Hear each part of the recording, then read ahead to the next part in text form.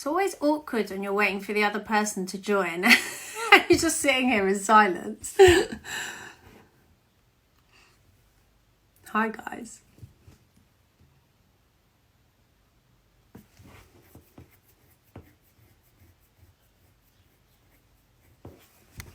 Come on, Helen.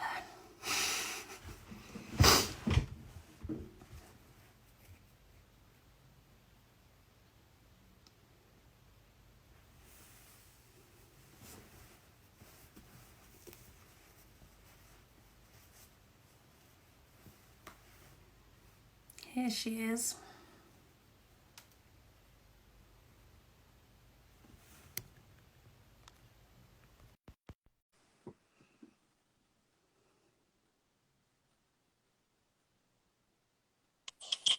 Hello. Hi. You alright? Yeah, how are you?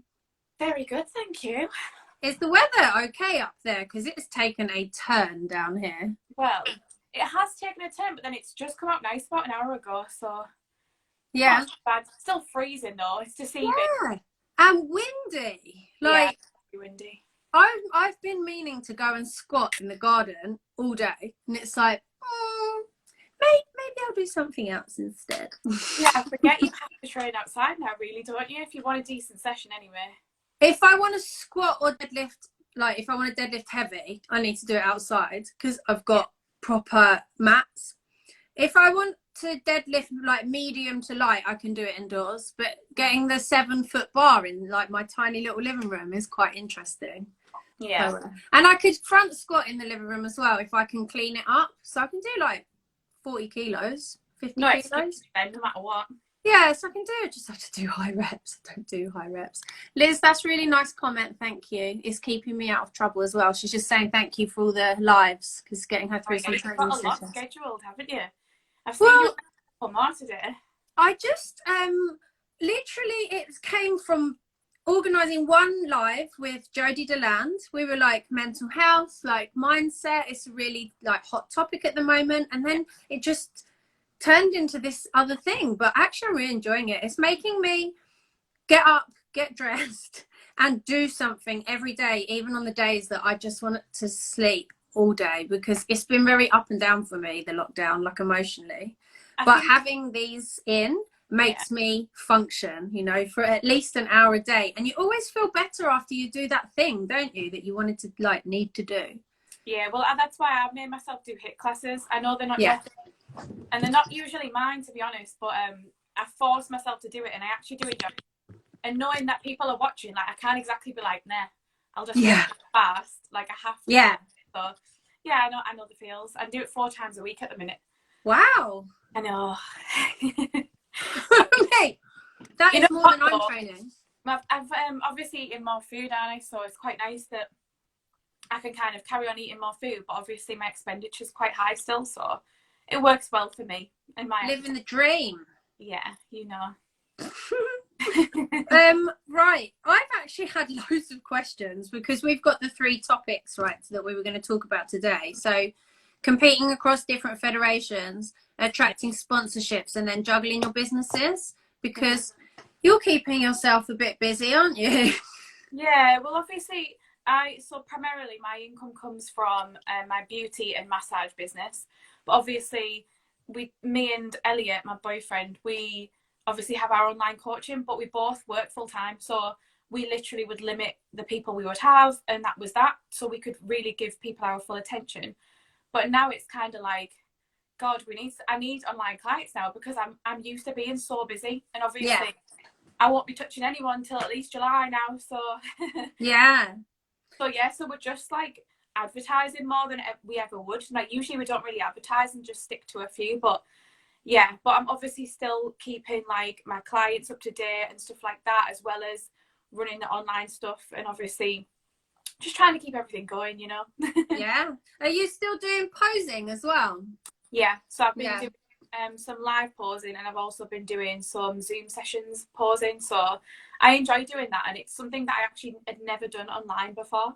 I'm very like hands-on usually, so I'm like, move that there, do that, but it's kind of nice to like kind of explore the different way of doing it, and I actually quite enjoy that as well. So I think if you've got a good internet connection, it's fun, like exactly the same, really. You just can't touch them, right? So you can't pull things up and push things in, but you can see it everything. forces them to like think about it more though. Like I kind of probably am guilty of before they've even done it. I'm like, no, move that, do it like before they've even tried to. Yeah. So yeah, so I think it probably helps a lot more as well in that sense. How are you gonna deal with it when you do get to go back to the salon and then you've got built up all this massive amount of online coaching compared to usual? How are you going to manage your time? Well, with my business, I was kind of just working like most days, and if they were gappy, they were gappy, but I'd work quite long hours, so I'd start early, finish late, but then sometimes I'd have like a 4-hour break in the middle. Like I'd start at 10 and finish at 8 at night or 9 at night, and then I'd have that break. So yeah, all I'll kind of do is probably give myself 2 full days off minimum, which will be my 2 check-in days. yeah. And obviously I'll just schedule like a couple of breaks that are actually properly scheduled in. Whereas before I wouldn't give myself a break. I'd just be like, oh, if someone books in on my only break of the day, I'll just take it. Whereas it just mean it'll be better for me in terms of having structure again.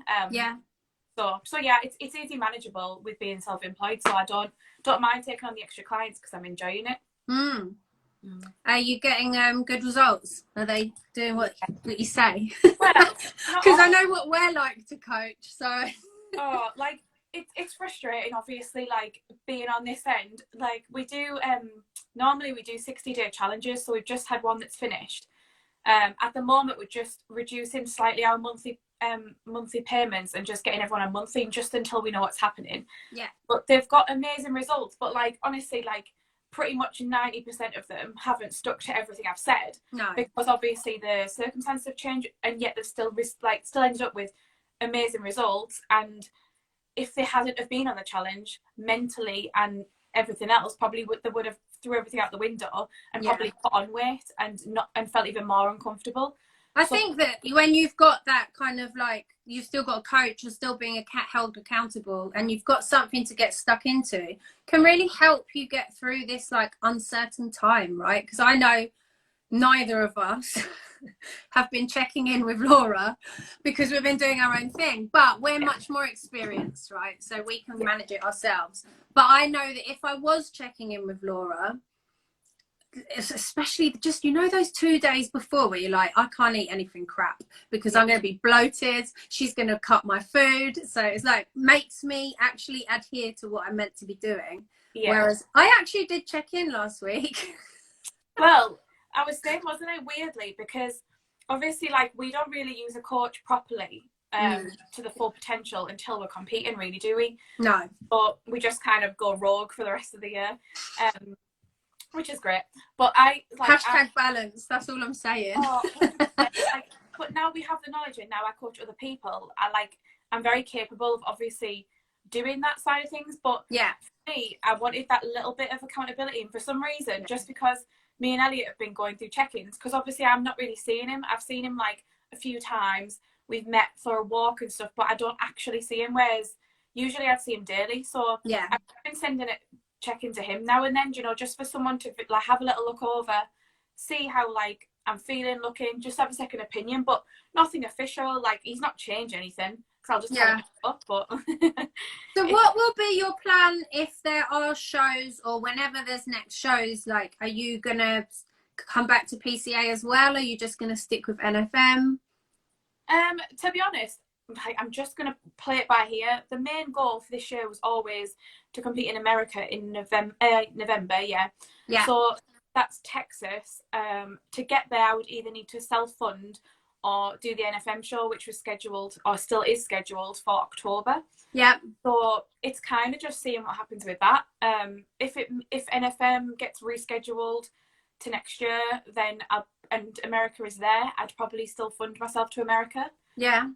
Elliot's already funded to go there, so it's probably something I'll still do. But obviously, I'd rather have it funded. Let's be honest. Yeah, of course. Start spending money instead of travel money. Exactly. Right? Yeah. I was really interested to talk to you about how you found the different federations, because I know that last season you did something a bit crazy and did 2 federations in 2 days. Yeah. And even now, so I'm obviously with PCA, but I've decided to learn the IFBB posings because I might do two bros. Mm-hmm. And I still find myself, they're so different, you know, you just really having to bloody concentrate. How different are the federations for the posing? Because I think that's the hardest thing, right? It doesn't matter if you need to wear a different bikini or anything like that, but it's nailing your posing. Yeah. So I think like PCA, PCA is pretty good because it's quite a, yeah, I'm sure you could use PCA posing for most categories in most shows, apart from obviously as soon as you go over to two bros. But all I would say is things like with NFM, you just have a little bit more freedom, and I feel like it's a show where you can kind of be a bit more sassy and a bit more extravagant with your posing. I mean, all I literally did, because I wasn't planning on doing NFM till I signed up on the Wednesday, having considered it on and off. Signed up on the Wednesday to compete the Sunday. Yeah. So I literally just thought, I'm going to do PCA show. And to be honest, I felt nervous because I hadn't been on stage for quite a while. Yeah. So the nerves hit me. And although like I did well on stage and stuff, you know how you don't feel like you're giving it 100% posing. Yeah. The next day, it was almost like they were aligned to be in the right order, because the next day, obviously, I felt more sassy and more like comfortable with it, which is why a warm-up show is often really good for people, whether you're experienced or not. It's something I've never officially done. Like, I've never said I'm going to do that as a warm-up, which is something I probably would do now, having done that. I think for me, like, I've never done it for just a regional, but now I'm looking at like finals and worlds. I would always do a warm-up show just to get rid of the cobwebs, you know. I've always said they're a waste of time, to be honest. I don't know why, because obviously I think physique-wise, there's no benefit.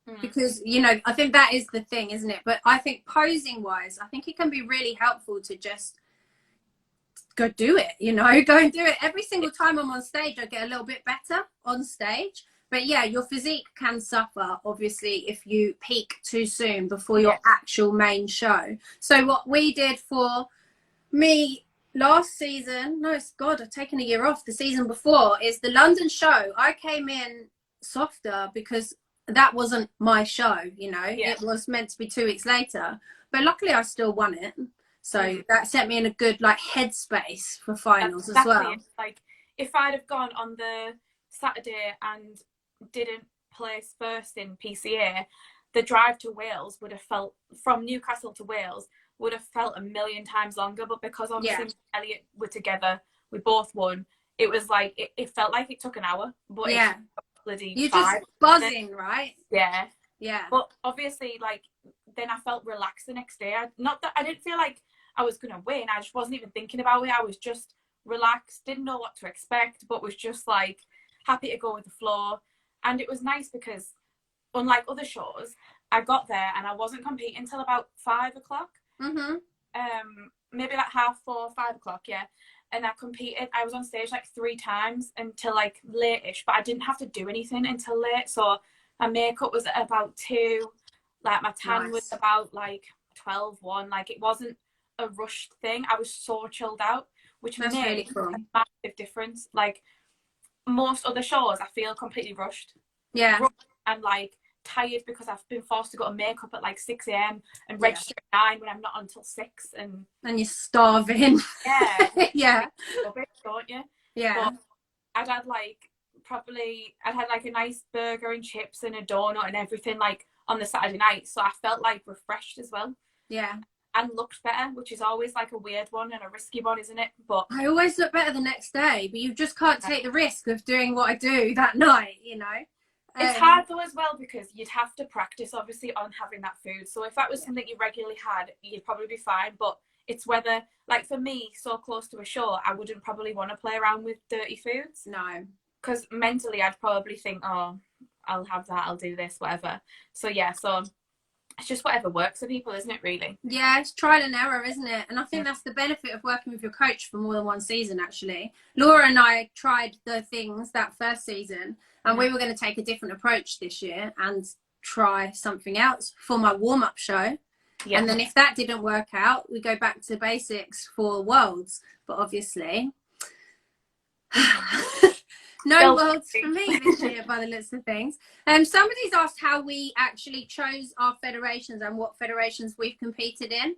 So for myself, the first one I did was UKBFF. And at the time, I mean, this is 2014, there really weren't that many feds. They were kind of one of the biggest ones and like the most serious one. And my friend was doing it. So I look like UKBFF girls at the time. I was very skinny. I didn't have any muscle. And it's literally like the original UKBFF look. Yeah.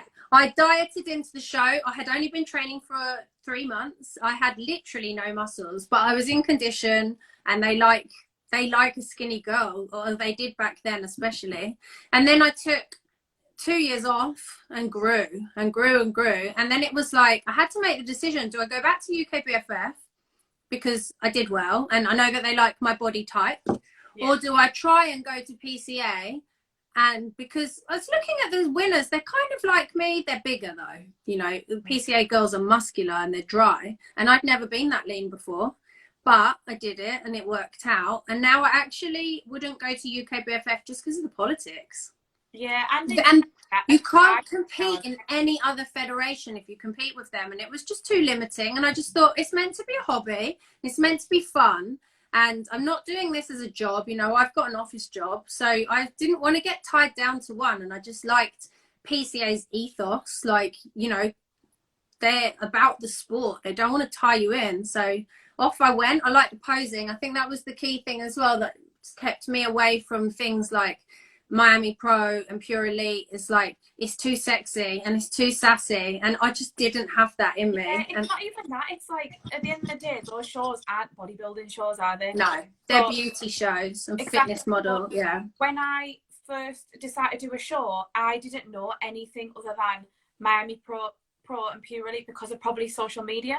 Yeah. And Elliot was the only person I knew who had ever thought about competing. He did his first show in the April, I did mine in the October, and we'd only just met and were friends since the October before that, so I'd been training for a year really.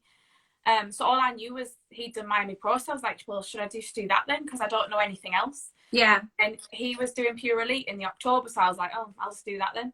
Like, I just didn't know. And then to be fair, Pure Elite is a great federation, but I think I expected more bodybuilder vibe.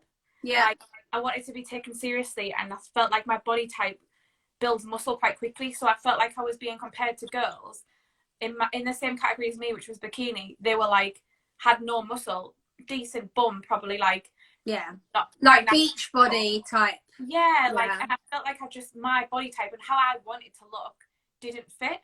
Like, not taking anything away from them, but when I wanted to compete, that was what I had in mind. And like yourself, you want to get your body into a shape that kind of suits you, like, and your body will let you go to, and then see what federation you fit into. Yeah, so for sure. That's why it's important to try a few. And to be honest, the thing with a show like that, it probably builds your confidence as a nice warm-up show as well, because it's a more of a fun vibe, I suppose. Yeah. So it relaxes you into it, I would say. I've also done UKUP. Okay. At Body Power. This was like 2017 Body Power. The week later, I did my first PCA show, and as soon as I did that, I realised that was kind of the vibe I liked. A lot more serious, but not like as in terms of bodybuilding. Yeah. And then I didn't realise that 3 weeks later was the PCA finals. So I just did it knowing that was like in Newcastle, which was close to me. So I was like, oh, I'll have a go. And then I just felt like my physique fit what they were looking for that year. Yeah. And ran with it and did like 3 PCA shows. When I've gone back into PCA, although obviously I competed last year and won the qualifier, since doing NFM and winning the place to America, I kind of just lost all focus for PCA. I didn't come in lean enough. Like, I know they like shredded. Yeah. And I was nowhere near what they like. So I knew kind of going into it that I wasn't going to get what I wanted, but I kind of just, it's the weirdest I've ever felt going into a show. I just like switched off, and I was just like, not even looking forward to it. Don't know why I'm doing it. Like, and I've never done that before, and it's so not me to do it. But then I regretted not giving it my everything. Yeah. I learnt lessons from it. So it made me kind of think, do I go back and do PCA again and like prove a point to myself, not to anyone else, literally, because I know that I can do well. I know my physique suits it if it's lean, but it just wasn't lean enough. So, so it's not off the table to do it, because it's kind of like I say, something I just kind of feel like I may want to prove to myself, but it just depends how it aligns to everything else, I suppose, coming up. Yeah, you just don't know what's going to be happening in your personal life as well, right? Or what your business is going to be like. Like, I always try and put everything else first, and then competing is last, because it's my hobby. So if it's jeopardizing my job or my friendships or my relationships, that's the thing that has to go, you know, like. Yeah, everyone's different though. Like, yeah, people that stick to a meal plan year round and their goal all year is beating their last year's physique, and they're eating every meal thinking of that. Whereas, like, I know I will improve and I want to improve, but I won't sacrifice having the balance. I won't, like, I personally try to encourage my clients to go for more macro tracking or just any kind of targets or whatever suits them, but educate them to do so, because I fully believe in balance. Like, why would you want to stick to a meal plan all year round? Have to take Tupperware to parties when you're like competing maybe twice in a year. I had this conversation with one of my friends yesterday, and she is on a meal plan year round, and she makes more progress than me when it comes to building muscle. But I would rather have the memories of, because I'm a very food focused person. Like, for me, my family's Asian, so eating together is very social. Like, that is my social life, you know, going for food with my friends. So yeah, I wouldn't want to sacrifice that, you know, and I'd rather make slower progress in terms of building my physique for my hobby. And have those memories of like people's birthdays, or even my birthday, you know. People that diet on their birthday and they're not in prep, I'm like, guys, like, what's going on? But everyone's got their own priorities, right, and their own motivation for doing things. There's probably like the thing is, it's probably a middle ground, and it depends on your I suppose your genetics as well, because I could probably eat what I want and like relax and kind of eat until I'm full, you know, just eat what I want and do. No, you couldn't. Neither could I. I'm lying just for 1 minute. I legitimately had to just choose between training then and then eating after, or having a pizza then and then maybe training after this. And I'm like, yeah, I'll do that. Because I've been dieting for 2 months, so I'm like, now's the time to enjoy a little bit of downtime. I know I can lean up quickly because obviously that's my genetics. So yeah, I'm just enjoying a bit of relaxation, and also I'm trying to really work on my sleep health, and food is so important for me to sleep. Like, if I'm hungry, oh my god, I can't sleep, and that is the whole of prep, right? So and there's no need for you to feel like that right now. No, I would just be punishing myself. To be honest, I haven't put that much body fat on either. Somehow I'm quite stressed, so my resting heart rate's quite high, and it's doing me a favor. So anxiety is good for how I look, just not how I feel. I'd rather be bigger. So then I do have this question that she's going to make me read out. How do you feel about beating Beth Scott in 2017? Because I've heard she's still really angry about it. Oh, she is angry. She's an angry person. She's got what to expect. No, to be fair, that's literally how I met Beth. I think you make amazing friends on stage, don't you? You do. Like, it's crazy because you just initially, I mean, not with everyone, but you initially have that click with most people, because at the end of the day, like, it's not really a normal thing to do. I can't talk to my friends about what I can talk to my, let's call them Instagram friends, but like, I mean, it's essentially competing friends. Like, we talk mostly via social media.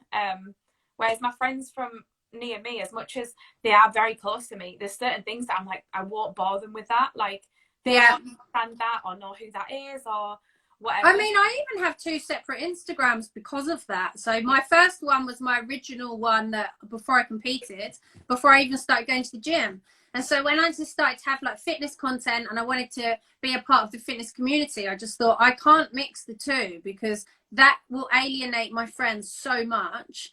And then I don't really have stuff on there that I can't add on the fitness one, because I do like to mix it up, but it's the other way around. My friends from school don't deadlift. They don't care how much I can deadlift, you know. They're not gonna like drool over a cookie dough with me, because they can just eat it whenever they want. So yeah, it's the reason I split the two, and actually it's worked really well, because my friends don't care about competing. They're proud of me when I do, but I don't talk to them about it, and I certainly don't talk to them about food. You know, like the fitness industry either. So you have a separate job, so I feel like it's easier for you too. Whereas like for me, I still don't care about mixing things up, but obviously it's gradually just turned into a fitness Instagram. But because I have a work Instagram and a fitness Instagram, I couldn't be bothered with another one. It's too much. I have 3 Instagrams, Martina, already. I have coaching, I have beauty, and I have fitness. So it's like, you're gonna need to get yourself a PA, girl. I know. No, but I love it. Like, it's me to be busy. Like, I love it. And the only part of lockdown that I have struggled with is just me just not being busy enough. So, and obviously, like anyone, it's the unknown. So I've been kind of hoping things will change and blah blah blah, but obviously it's been very slow, and I'm not letting myself think into it too much. I'll get stressed about it at all. So all I can do is be proactive, and that's why I've given myself things to do, as much as I might not be earning money off teaching like HIIT sessions and out free stuff here and there. But I don't, essentially, like, if it's helping even like a handful of people, I'm quite happy to do it. You know that it's a difficult time, and it's helping me as well. You know, it's not as if it's a completely selfless act, and I'm doing it, forcing me to do it. Like, I like doing stuff out my comfort zone.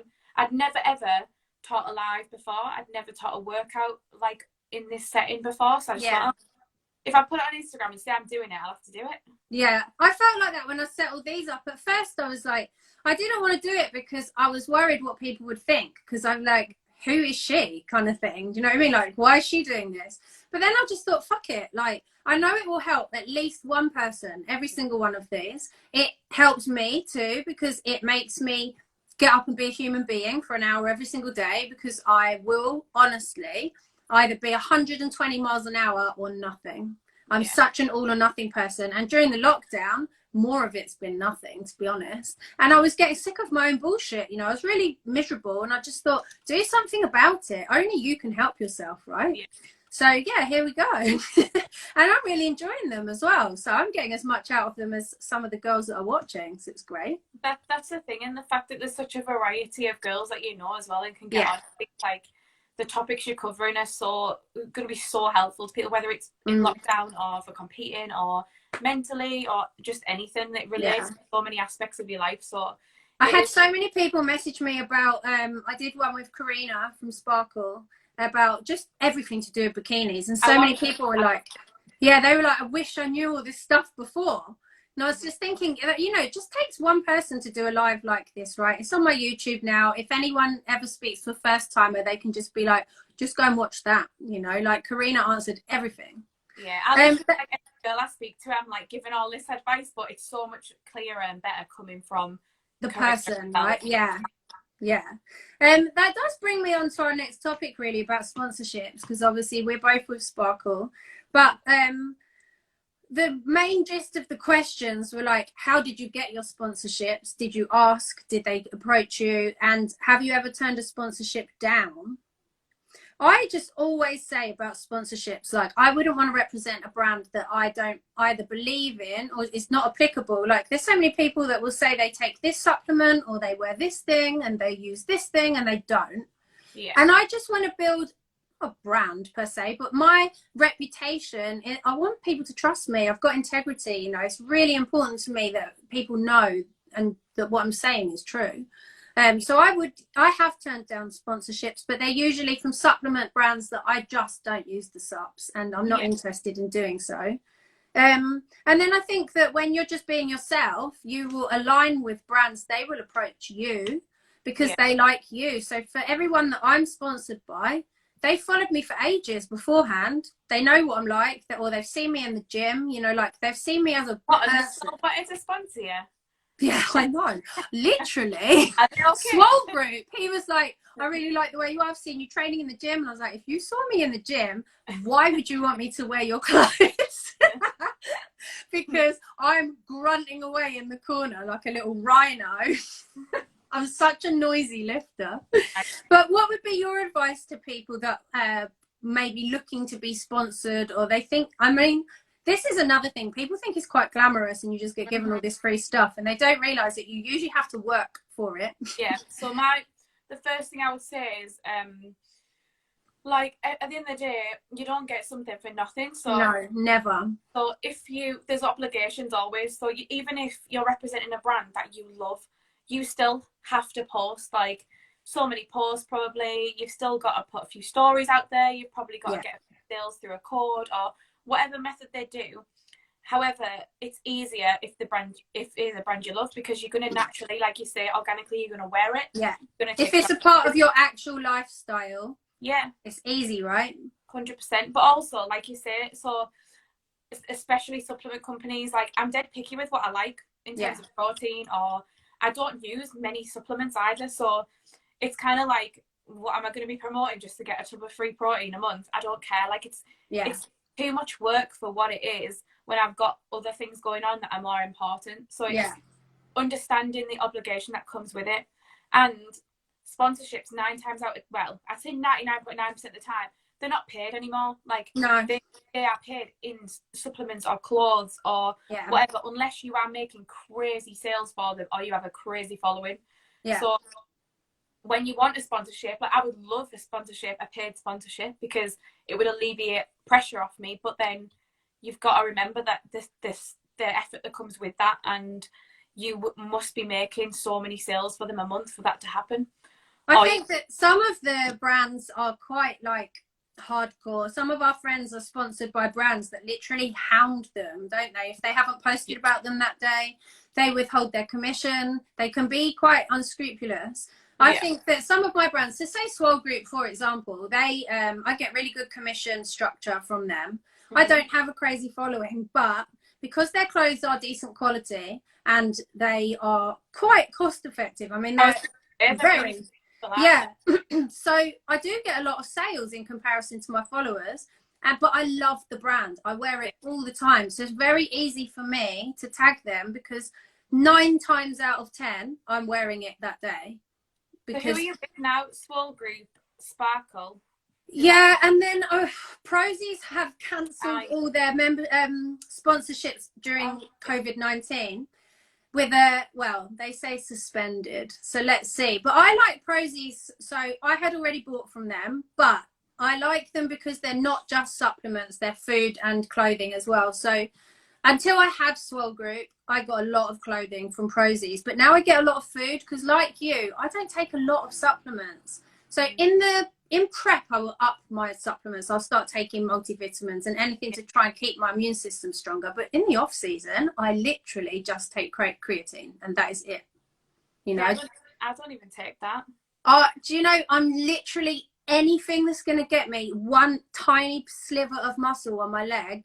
If there's 1% chance, I'm like, give it to me. I feel you. No, I think like you say, it's. I do think that's a key point, actually. You usually have been a customer already. You have a loyalty. Because I know, like, I already bought a bikini from Sparkle Bikini. You know, I'd already bought from Prosies before they approached me. Swole Group was a little bit different, but he had, you know, we've got friends of friends. We trained at the same gym. He's been following me for a while, so he likes the way I am. People expect that they can randomly message brands and get, like, if someone be like, yeah, great, we'll do that. I mean, I definitely couldn't. With my following, I definitely couldn't do that. I think that people that have got a like massive following have got more clout in that way, but I could never do it. I'm too proud. I'd be so embarrassed. Unless it was something that I was literally, it was one of my friend's brands and I was like, yeah, I love it. But who do you have now? Because you've got a few, haven't you? Yeah, so I have Blue Square as a clothing brand, which I love. Again, so Carly, I'd seen her at a couple of events, that's who owns it. I've seen her at a couple of events, and I actually hadn't, it's probably one of the only brand I've kind of worked with that I hadn't actually purchased from before. But for no reason, it was just a case of like, I just hadn't got round to it. I'd loved the look of the clothes, but I just didn't got around to it. And yeah, we just got chatting, and she just asked what I thought about it. And I said, to be honest, I've not tried on anything, so if I like it, I'll 100% do it. And if I don't, I'll send you it back, kind of thing. So I'd rather be purely transparent. And if she decides to be like, oh, it doesn't matter then fine. But obviously, she knows the quality of her stuff, so she sent me it out. I loved it. Like, her stuff is amazing. Like, I feel amazing in it, whether I'm in off season or on prep. So that was kind of a no-brainer for me. And they've got a nice little community going and stuff like that. So you feel part of it. They get you involved, and they help promote you as well. So it's quite a nice balance. Obviously, they ask for content because they can't run photo shoots in lockdown. So they just kind of remind us to do content. But to be honest, we already do. Like, I don't wear it so much, so it's not, doesn't feel like a chore. And Compact is obviously, for anyone who doesn't know, they provide everything you need for stage. So like shoes, jewelry, backstage stuff, your pump up bands, everything. So Jasmine, who owns Compact, I bought shoes and jewelry off her, and we'd met a couple of times, and then she was backstage at my NFM show. We got on really well, and then she just messaged me now and then asking how I was. We'd have chit chat. Then she asked for a phone call, and we just got chatting, and she was like, to be honest, I just wanted to get to know you, to know that you would represent my brand and fit in with the girls I've already got. And she's probably the most like in-depth person, I must say, but that is her baby. So you've got to think that she owns a small brand. That is her income. That is her life. She's put everything on the line for that business. So if she brought, say, me in and I didn't get on with the other girls and I caused drama, so that was another no-brainer. She's got such good service as well. But the day before my show, we were both competing at a London show, and I just sent her a message saying, if you haven't left yet, can I have a bronzy? You know, you can wear it after with your tan. And she literally, we were queuing up for tanning, and it was the first time I'd met her in person, I think. I think we've been talking on Instagram, and she literally had it for me in a box, and like a little gift inside and stuff, because she has all these little cute touches. And I was thinking, to be able to remember to do that when you've got your own competition, you know, it's just second to none service. It's brilliant. Yeah, she is amazing, and it's like I bought into her like straight away. She cares so much about people, so it's so nice to have that. It's not a chore to do anything for her. Like, I'll go out my way to do it, and it's just lovely to be a part of that team. Obviously Sparkle. So I used to be a part of Showgirl Fitness. Which Karina used to be a coach for. I'd already wore Sparkle bikini before, so I obviously tagged her in photos. Not trying to get a sponsorship at the time, but I tagged her in stuff. Obviously, I went to a couple of posing sessions with her. So I got to know her, and you know, she's a bit crazy, so she gets us. She gets us. We're all the same. Yeah, we're all the same. But yeah, so it kind of got along really well, and she put an athlete search on, and I just thought, I hadn't seen her for a little while, and I just thought, I'm just going to apply for it like everyone else, not take any notice. Totally forgot about it. And then like it took her a while to get through them all, and about 2 months later she was like, I'd like to offer you a sponsorship, and I was like, absolutely over the moon, because her bikinis are the best fitting I've ever had.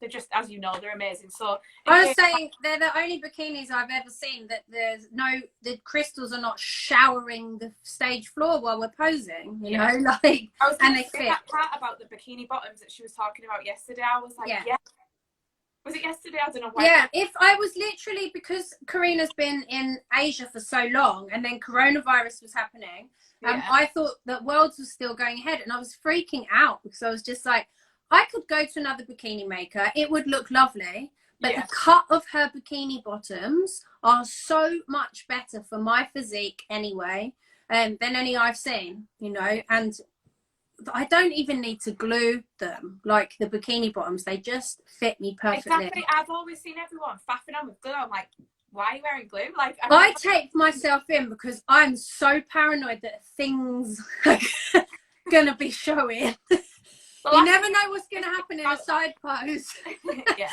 So yeah, I do take myself in, but I just don't need to. You know, like, I really love the. I never have, you know, and I've always, like most people do, don't they? Just in case. But I think I've always felt so secure in the fit, and it just fits perfect that I've never had to.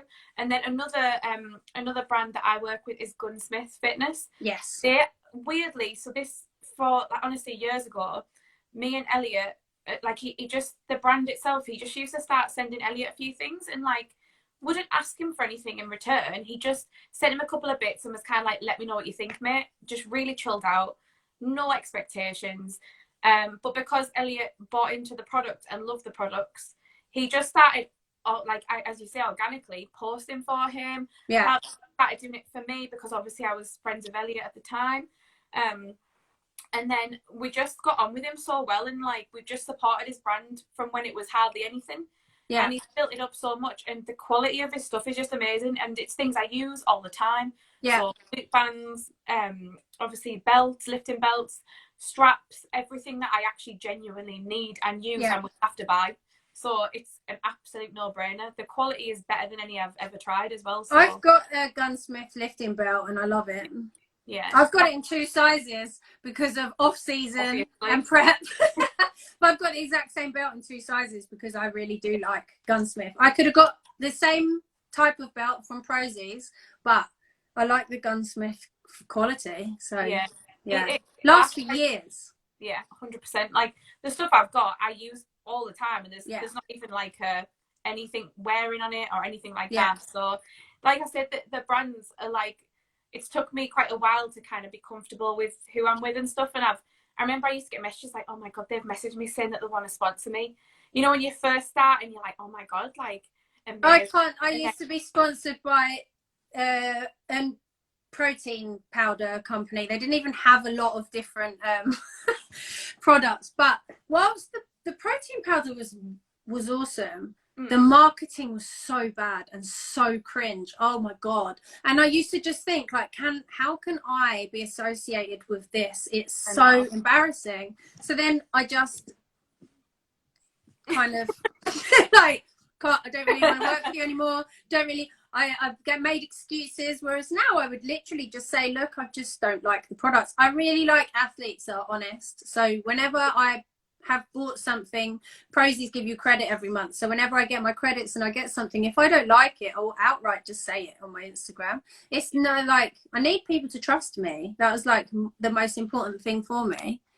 Yeah, brands before, like, especially like I say supplement brands, I've literally said, I've either said send me a product, and I've, like I say, I'll try it, and I've said I don't want to work with you, like it's just not for me. And it's like, you feel kind of rude saying it, but at the same time, what would be the point in pretending and having to make fake stuff up? I suppose that it's not, I just want to be trusted. And there was one brand, they have got such good products, they sent me so many to try, and I would have aligned with them, but they offered so many people ambassador at the same time, and actually it wasn't in my best interest either. You know, it is, as you said, like a tub of free protein, or you get 25% off, and it's like, no, I'm not doing like 16 posts a month or something to then have to pay for a discounted tub of whey. Like, it has to benefit you as well. I mean, don't get me wrong, I would do things for free. Like,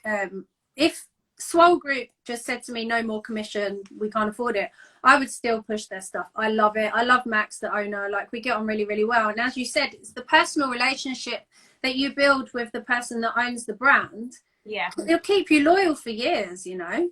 Yeah. You've got to think of other things that offer as well. Like, for example, Gunsmith, they pay for our hotels and stuff when we do shows. And there's other things, like, not even to do with, like, our codes get used a lot, and we bring a lot of people their way, but he's never going to be like, oh, your code's doing rubbish, so this and this. Like, he's just very chilled out, which makes you want to work hard for him. Yeah. So although, like, you might not get paid from certain sponsors, there is definitely benefits. And they're commission-based stuff, and sometimes, like, there's more obligation if you choose the commission route. It depends on, obviously, the company. So it's weighing up what's best. To be honest, I kind of like the freedom to not be stuck with something, if you know what I mean. So freedom that I can still wear another gym outfit on a post if I want to. Yeah. And things like that. I like the freedom of choice, basically. Yeah, of course. Pay some decent money. I like the freedom. Yeah. I think that the only other sponsorship that I would love is makeup artist. Because I don't want to do my own makeup, but I also get so stressed using the show makeup artist because they've got so many girls. I'm one of the last classes on stage usually for masters. So at the finals, oh my God, I've never been more stressed. I was the last person in my category to have my makeup done, and they were calling us backstage and my face wasn't done. And I was literally sitting in the chair, like nearly hyperventilating. The PCA started, like one of them's doing my hair, the other one's doing my face. And I'm literally like, I'm not going to get backstage on time. You know, like, what the fuck? It's finals as well. My bikini was broken and my boyfriend was sewing it outside. And I was literally just thinking, this is the worst day of my life. And so the 2 weeks later for Worlds, I just did my own makeup. And it obviously doesn't look as good. The judges can't tell, but you know, right? And I'd love to just... Even though I could do my makeup right and be happy when I look in the mirror, and you could take a photo of me, I'm like, I look rubbish. Yeah. Why can't I do that? Whatever they do. Especially with the tan that we have to try and match, but not match, because your face has got to be different to your body, but it's got to be the same as well. Yeah. You know, like... Not too dark. Yeah. Yeah, so to be honest, it's quite expensive stage makeup as well. If you're competing a lot, it's definitely quite expensive, but yeah, I'm going to try and do a couple. You know what, I don't enjoy makeup tutorials, but I am going to try a few. Do you know, before Worlds, I actually went and had a makeup tutorial, like, lesson with my friend works at MAC, and she gave me some testers at the same time. So what she put on my face, I used on show day, and it was great. But I was really lucky. I got ready with Beth Scott in her hotel in a double mirror in the bathroom. I literally would just look at her and then do some more. Look at her, do some more. You know, like, okay, what's she doing now? Okay, because I had no idea really what to do. And it got to the point where you think you look like a drag queen, because you do. And then she's like, yeah, you need some more. And you're like, oh, okay. That's the thing, if it looks good in a mirror, it's not enough. No, exactly. That is something, I can't remember who told me to do that. Maybe it was Karina. Hold the mirror far away to see. And if you'll then see, you know, more of what the judges can see. Put some more on, because you're always going to think it's too much, aren't you? Because you're used to seeing your face like normal, whereas your friend can see your whole look. They're going to tell you. But as well, we go from wearing no makeup and looking like a homeless person for months. I'm so pale. Before I've been scrubbing my skin constantly for 2 weeks. You know, like, I'm literally as white as my bed sheets, and then all of a sudden I'm as dark as the bloody table. That first tan, I'll never forget, when they sprayed my leg. I just burst out laughing. I was just like... And it's never dark enough now, though, is it? No, never. Like, is this it? Like, it's our darkest tan. I'm like, yeah, and it's not. I just want to have a stage tan all the time now, but I can't do the upkeep. Why are you drinking Monster at 8 o'clock at night? I don't know. Oh my God. Because it doesn't affect me. It doesn't affect me. Oh gosh. So what do you think? There's going to be shows this year? Well, Two Bros have just announced, haven't they? But Two Bros, it's their like, they have to go by government directive, right? I wouldn't even have. I'm surprised that anyone's even advertised. I do think there will be shows, but I think there'll be like certain capacity in place.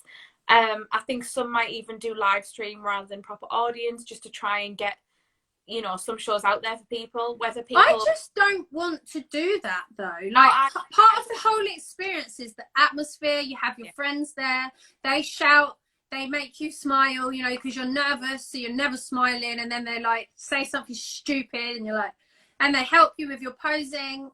And it's just like, I don't know. And they're standing 2 meters apart from each other. Like, how can you seriously judge us? Pose down and push the girls all over. Come on. Maybe they won't do the pose down, thank God. They can't do though, can they? I hate the pose down. You know what I do? And it's when the music changes as well, and I'm like, and you're just like, oh, here we go. And I just do my 4 poses, round and round. And then there's all girls like hands up, doing all this stuff. And I'm like, yeah, it's the worst minute of my day. The worst. I always go to the edge as well. I never go to the middle because I did not want to get pushed over. You know what? I think from like years ago when I think it was with Showgirl, we used to do posing practice, but we used to do practice with all the girls. So there'd be about 40 of us in a room. So they used to be literally like when it's a pose down, you storm to that front. And I've always had it ingrained in my head, and like, so no matter what, I've always got to the right front and center, and it's always so scary because obviously, like, it's so easy to topple, and like everyone's just all up in there, and it's just, and they're like barging you out the way and put arms in the way, and you're like foot placement, like.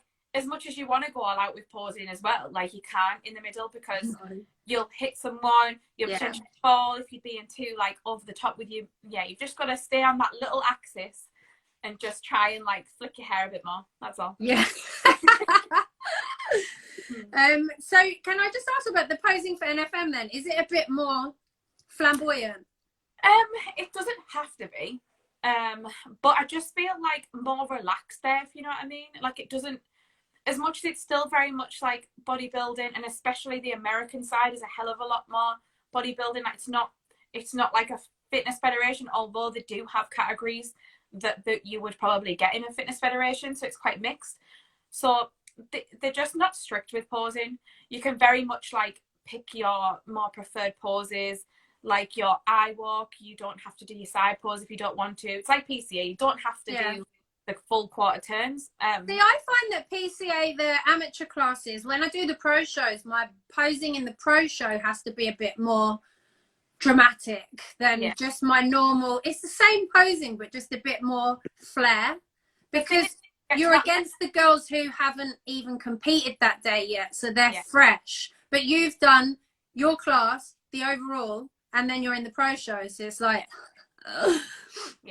and like what you'll find as well is that once you're competing at a high level, like sometimes all it is in it is you standing out that little bit more for whatever reason. So if you're posing a little bit more flamboyantly or a little bit more confidently than the person next to you, that could edge you. Like it's mad, isn't it? Like, and you just like you said about not having to do your side poses, some people might wonder why you wouldn't, but sometimes you look like shit in one side pose, don't you? I've got much less flexibility in one side of my back, so one side pose is fine.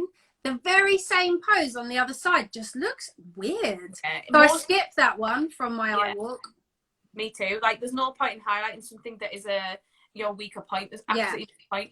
And it's something that I love about posing, it bringing out like the best parts of you and almost hiding, but strategically hiding your weaker areas. That's why I love teaching it as well, though, because it's teaching people to hide those little, not, I wouldn't say flaws, but you know what I mean. No. Over highlighting those positive areas and stuff like that. So I definitely enjoy posing, but it's not crazy different. Like I literally I went from PCA to NFM, and all I really changed is maybe a little bit more like movement. I think like on my eye walk, I did like arms in the air if I was going to be in a figure pose, but then like down just like a couple of things that I wouldn't ever normally do, but like just fancy try. Just went with it. Yeah. Had a little shot backstage and just went with it. You know the feels. I've got hip floss backstage, so and we've both got a hair flick in our eye walk. I think that is it's like the main thing for me. I feel like it's like something you get known for, because there's ways of doing hair flicks. Some people don't do it right. Yeah, that's all. I had to learn it. It's weird, isn't it? I learned it from Mags. Did you? I just used to think like, how do you do it? And it's like, no, you hold it with that hand. And it's like, oh yeah, she literally broke it down, and because I've got 1 week side pose, so I have to go from my back into my front on that side, so there's no other way. So I had to do the hair flick and hope to God I don't fall. Yeah, that's the thing. I think like when you go from wearing like trainers all the time in the gym all the time to suddenly being in heels, then having to look sassy, confident, and like you're alive. They're all hard things to do at once. Yeah, they are. I think it's the hardest thing. Well, it's good to know about NFM. I have actually thought about doing it this year, but I'm not going to prep unless it's PCA Worlds. So if that comes back, if they reschedule it, maybe, I mean, Europeans is meant to be in April. Maybe they'll change it to Worlds. Then I'll prep again, because that's my next goal, world champion. I think I would skip Europeans. Why? I don't know. My job does not suit me prepping, so I cannot concentrate properly, or I just can't function the same, and I have to be on the ball for my job. So I have to be quite strategic about when I prep. So this year, knowing that world's, you know, knew 6 months ago, I made sure I did all my major projects at work. Yeah. So that I was ready to prep. And then obviously coronavirus happened, which created a different kind of work for me. But yeah, if I've got enough, like if they know in enough time and they tell everybody and publish the dates, I might be able to jiggle it. But yeah, as I said before, like my work has to come first, my relationships and my family comes first. How much it affects everything else. Like, no, people will never realize until they do it. Like, yeah, I funnily compare, you know, when people have like baby brain, yeah, when they've got a pack to leave the house with a baby, I'm like, it's like prep. yeah. It's like prep. It's like when I've got to leave the house on prep. Yo, you've got a baby, I've got prep. Yeah. I just don't know how the new mums actually prep. You know, sometimes they're standing on stage 6 months after they've had a baby, and I'm like, how did you do that? 4 things: baby brain and prep brain in one. No, thank you. I mean, it is bad. This prep that I was just doing was really easy so far. You just don't know what's going to happen the next 6 weeks, right? But yeah, the 2018 prep, I nearly lost my job. You know, I just wasn't myself. I wasn't fulfilling my obligations for work. I couldn't just cover it up like I usually would, because I had to prep hard last time. Masters is a very, very lean class. Like, I'd never got that lean before. So it was just like... It's Masters and it's PCA. Like, yeah. We were saying, actually, some of the girls I've been speaking to, all the PCA classes now are all dry and conditioned, even if the criteria doesn't say so. So it's like... Because, like, if you were to read the criteria for, say, bikini toned, it says not too dry, not too lean, blah, blah, the blah. toned class that I won is... I won toned to qualify for the British, but in the British I switched to Masters. I was not even half as lean at my toned qualifier, which I did win, and the other girls in toned were all quite soft actually. But no matter what happens, finals is always really, really conditioned, isn't it? So it's driven by your other competitors really, rather than the judges. It's trends, it's other competitors. It's, you can't like second guess it. You've just got to, at the end of the day, I think most federations are getting leaner. Like, I was the leanest I've ever been in America. Yeah. But the girl who won Scarlet, who looked amazing, she was shredded. She did look amazing. But I really like that look, you know, like, I like that it is conditioned and it is dry, because at the end of the day, it's corny but true. If everyone could do it, they would. Get to, isn't it? Yeah. Yeah. And it gives you just feel more accomplished, right? Like, but my God, you feel like shit. Oh, yeah. Well, I'm going to be the leanest I've ever been for my next shows, and I was looking forward to doing it sooner rather than later, but obviously we will see. I mean, if you do compete this year after doing all this hit in the in coronavirus lockdown, you're halfway there, right? To be honest, I honestly feel like my physique is looking better for it, although obviously I'm carrying more body fat at the start of lockdown because of food and changing like habits and stuff. My physique is definitely a better shape, and you look amazing. I feel better as well. I feel like I move. Everything's a chore normally. I'm stiff. I'm also going to try and become fit. Good. I'm strong, but I am not fit. So yeah, I'm going to try and get fitter. Yeah, same. I ran 2 5Ks in lockdown as well. You okay? To be fair, I didn't run the whole way. I couldn't. No, God. Well, thank you so much, Helen. We've only got a minute left. That flew by. I know. We can talk forever, though. Let's be honest. Yeah. 4 people for a long time. Yeah. But no, it's really great. I'm going to, this will be on my live, on my story for 24 hours, and I'm going to put it on YouTube as well. So if anyone wants to catch up with it, send them that way. And thank you everyone for watching. Thank you everyone. Thanks Helen. Bye.